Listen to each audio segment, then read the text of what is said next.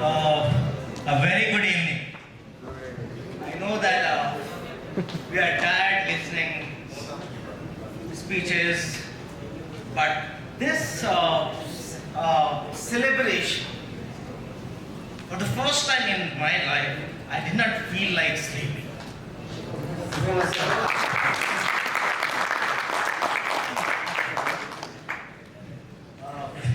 Members on the dais and friends of the dais. I thought, why should I be joining this celebration of Ambedkar and Fule's birth anyway? There must be certain reasons for it. Because lot many friends have asked me, you are a Muslim, what are you going to do with them? I said that I have every reasons to feel proud. Every reasons to feel proud. And one of the biggest reason is they are the people who has made us realize that the marginalized section of the society are also human. Also human. Earlier that we were not treated as a human, we were treated as a slave. So it is because of them, because of their imaginations, because of their labor, whatever we are able to speak today, it is because of them. And they have every reasons to be celebrated. For me, the biggest sense of regret,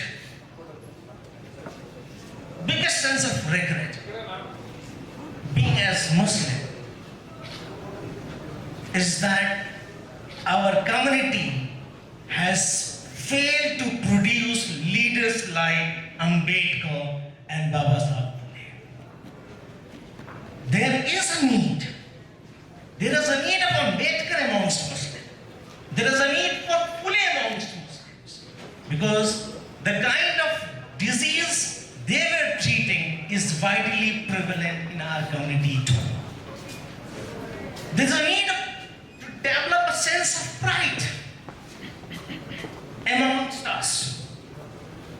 There is a need to create a sense of convergence, a platform where all the marginalized sections should come together and have a dialogue and treat their disease, which is last speaker has already spoken, together.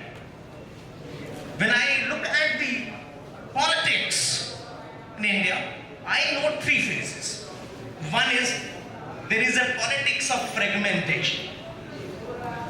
A phase was there in Indian politics where marginalized class had to experience the politics of fragmentation. Let us divide all the marginalized into a separate independent islands.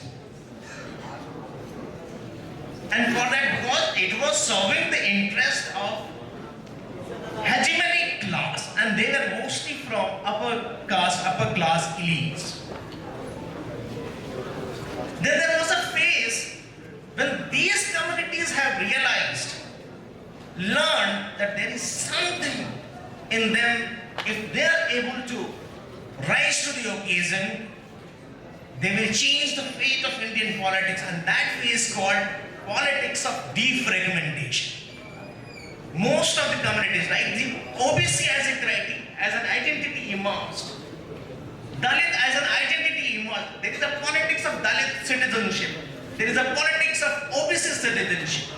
That we are not a member of only the state, we are also a member of a cherished identity group.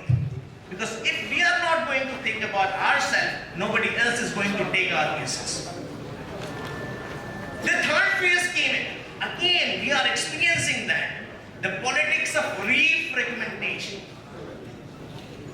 Where whatever these marginalized groups, be it Dalits, be it tribals, be it certain sections of the Muslims, be it women, be it OBCs, once they got mobilized into an identity group, dominant group, when they started when they started demanding share in the political process, In the economic resources, again the counter-hegemonic process emerged, where these communities are to be fragmented again. So you are not an OBC, or you are a Yadav only. So the attempt is to reduce the OBC caste or Dalits into an individualized caste. That you are not Dalit, you are Mahar. You are not OBC, you are not Dhanji. So you should be divided because there is now that further categorized, there is now an attempt. The moment you are defragmented, you will weaken your strength, whatever you have earned. And in that process, you have to realize that there is a politics which is being played behind the curtain. Behind the curtain. The third that is process. When I look at these marginalized class politics in India, from the perspective of a political science, I look at that there was a phase, 3 phases again. India has experienced Harijan politics. The second phase was Harijan means a politics of a kind which is being represented by Jagjeevan Ram. Let there be a Sarkari Dalit. So politics of a Sarkari Dalit means a Dalit co-opted, appropriated by the ruling elites who will be serving their cause and not be able to think the cause of his community independently. Then there was a second phase, which was the artifact of Phule's, Periyar's and Ambedkar, where Dalit politics had emerged. You see, we are not Harijan, we are Dalit. That assertion has come out. Now the communities started mobilizing with a sense of consciousness into one powerful dominant community. And they started challenging the ruling elites. Again the refragmentation. The third phase is now, which is more dominant if the people will realize that they will become the permanent ruling elites. And that is the politics of Bahujan. So the Harijan to Bahujan is a new dimension where the Dalits, tribals, OBCs, women, minorities have to join their hand together. Because they are the majority.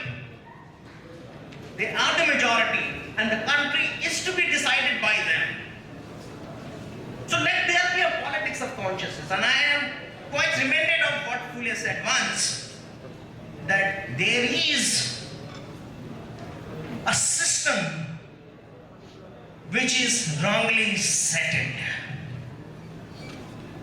We have to settle that. And then again we have to organize and resettle the hegemonic system, because we are going to address the social questions. If the social questions are to be addressed, you need a political power. And believe me, my friends, the political parties now are power-seeking machines.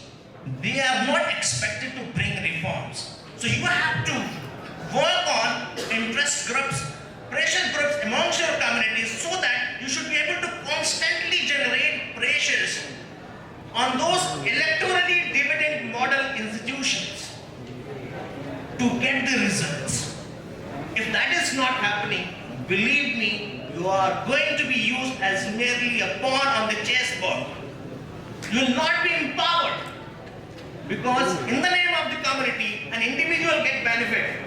If you want the communities to be benefit, community has to be conscious. And with this, that my whole thanks is due to Venkatesh, a friend of mine, and we are here and the organizers. And I wish that this program is a grand success. It has already set the tones. Thank you, because the time is 15 minutes. I have already taken much time. So why to consume, and I should not be coming between your dinner and me. So thank you. Thank you for me.